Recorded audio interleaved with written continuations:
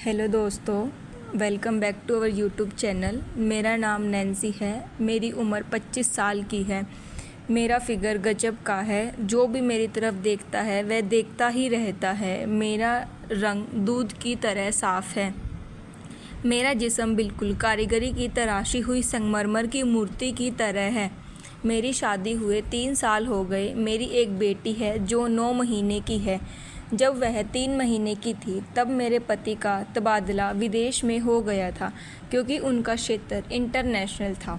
इसलिए वह परिवार को अपने साथ नहीं ले जा सकते थे। उन्हें 1 महीने के लिए भारत आने की इजाज़त थी। इसलिए मुझे और मेरे 3 महीने की बेटी को वह अकेला छोड़कर गए थे। हम अकेले नहीं रह सकते थे, इसलिए मेरे पति ने मेरे नंदोई यानी ननद के पति को हमारे साथ रहने के लिए गांव से शहर बुला लिया था। मेरे नंदोई जब हमारे साथ रहने के लिए आए तब उनकी उम्र 45 वर्ष की थी। वे गांव में अकेले रहते थे। मेरी ननद की मृत्यु 2 साल पहले हो गई थी। मेरे नंदोई जी आर्मी से रिटायर थे। आर्मी से रिटायर होने के बावजूद भी वो आर्मी के तौर तरीके नहीं भूले थे। गांव में रहते, खेतीबाड़ी करते। गांव के शुद्ध वातावरण के कारण उनका शरीर बहुत ही गठीला और सुडौल था। इस आयु में भी वह एकदम 30 साल के जवान लगते थे। पति के जाने के बाद पिछले 7 महीने से वह हमारे साथ ही रहते थे। पढ़े लिखे होने के कारण उनका उठना बैठना, खाना पीना, पहनावा सब शहरवासियों जैसा था। इसलिए मेरे साथ वह बहुत जल्दी एडजस्ट कर गए। घर के काम और बेटी की देखभाल में वह मेरा हाथ बटाते थे। मुझे और मेरे पति को वो सब करना बहुत पसंद था।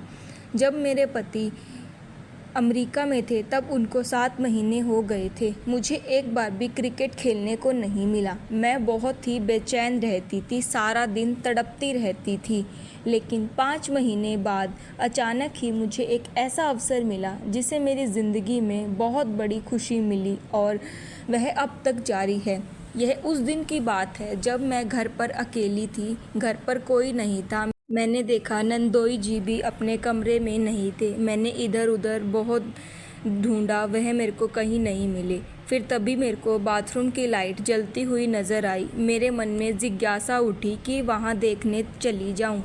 फिर मैंने वहाँ जाकर देखा तो बाथरूम का दरवाज़ा खुला था और अंदर से बहुत अजीब आवाज़ें आ रही थी। मुझे बहुत ही घबराहट हो रही थी। मैंने अंदर झांकने की कोशिश की। जब मैंने अंदर देखा तो नंदोई जी अपने औजार की तसल्ली से मालिश कर रहे थे।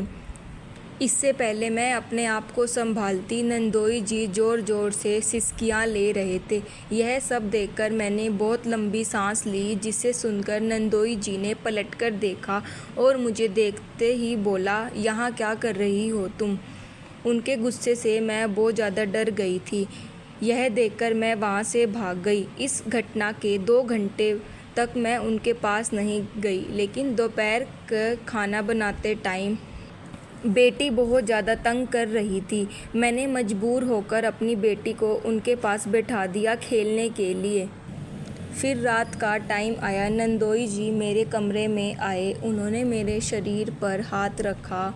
उन्होंने मेरे दोनों छाती को ज़ोर ज़ोर से दबाया, मेरी किस करी, धीरे धीरे से मेरे कपड़े उतारे और मेरी गुफा के अंदर अपने औजार को डाला। पहले मैं यह देखकर बहुत ही घबरा गई थी और मुझे बहुत ही डर लग रहा था, लेकिन उसके बाद उतना ही मज़ा भी आ रहा था। सो दोस्तों, इन्हीं सारी वीडियो को देखने के लिए आप हमारे चैनल को लाइक शेयर सब्सक्राइब करिए। Thank you.